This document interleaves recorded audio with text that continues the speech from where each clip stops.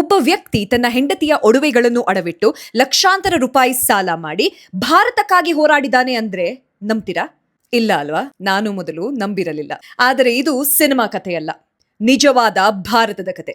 Cricket ಹುಚ್ಚಿನ ಈ ದೇಶದಲ್ಲಿ ಎಲ್ಲರೂ ಬ್ಯಾಟ್ ಹಿಂದೆ ಓಡಾಡುತ್ತಿದ್ದಾಗ ಒಬ್ಬ ವ್ಯಕ್ತಿ ಮಾತ್ರ ಫುಟ್ಬಾಲ್ಗಾಗಿ ತನ್ನ ಜೀವನವನ್ನೇ ಪಣಕ್ಕಿಟ್ಟ.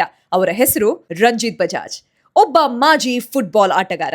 ಆದರೆ ಕನಸು ಮಾತ್ರ ಸಾಮಾನ್ಯವಾಗಿರಲಿಲ್ಲ. ಭಾರತದ ಫುಟ್ಬಾಲ್ ಅನ್ನು ವಿಶ್ವಮಟ್ಟಕ್ಕೆ ಕೊಂಡೊಯ್ಯಬೇಕು ಅನ್ನೋ ಹಠ. ಆ ಕಾರಣಕ್ಕೆ ಮಿನರ್ವಾ ಅಕಾಡೆಮಿ ಕಟ್ಟಿದರು. ಅದೇ ತಂಡ 2018ರಲ್ಲಿ ಐ ಲೀಗ್ ಚಾಂಪಿಯನ್ ಆಯಿತು. ಅಷ್ಟೇ ಅಲ್ಲ, ಸ್ವೀಡನ್ನ ಗೋತಿಯಾ ಕಪ್, ಡೆನ್ಮಾರ್ಕ್ನ ಡ್ಯಾನಾ ಕಪ್, ಫಿನ್ಲ್ಯಾಂಡ್ನ ಹೆಲ್ಸಿಂಕಿ ಕಪ್ ಗೆದ್ದು ಜಗತ್ತಿನ ವೇದಿಕೆಯಲ್ಲಿ ಭಾರತದ ತ್ರಿವರ್ಣ ಧ್ವಜ ಹಾರಿಸಿತು. ಇನ್ನು ಆಶ್ಚರ್ಯ ಏನು ಗೊತ್ತಾ? ಇವರ ಅಕಾಡೆಮಿಯಿಂದ 250ಕ್ಕೂ ಹೆಚ್ಚು ಭಾರತೀಯ ರಾಷ್ಟ್ರೀಯ ತಂಡದ ಆಟಗಾರರು ಹೊರಬಂದಿದ್ದಾರೆ. ಮತ್ತು ಈಗ 2026ರಲ್ಲಿ AIFFಗೆ ₹1 ಭಾರವೂ ಆಗದಂತೆ 4.1 ಕೋಟಿ ರೂಪಾಯಿ ಅಭಿವೃದ್ಧಿ ಯೋಜನೆಯನ್ನು ಉಚಿತವಾಗಿ ಜಾರಿಗೊಳಿಸಲು ಅರ್ಜಿ ಸಲ್ಲಿಸಿದ್ದಾರೆ. ಗುರಿ ಒಂದೇ, 2034ರ ಫಿಫಾ ವಿಶ್ವಕಪ್ನಲ್ಲಿ ಭಾರತವನ್ನು ನೋಡುವುದು. ದೇಶಕ್ಕಾಗಿ ಕನಸು ಕಾಣುವವರು ಹಲವರು, ಆದರೆ ಆ ಕನಸಿಗಾಗಿ ತಮ್ಮ ಸರ್ವಸ್ವವನ್ನೇ ಪಣಕ್ಕಿಡುವವರು ತುಂಬಾ ಕಡಿಮೆ.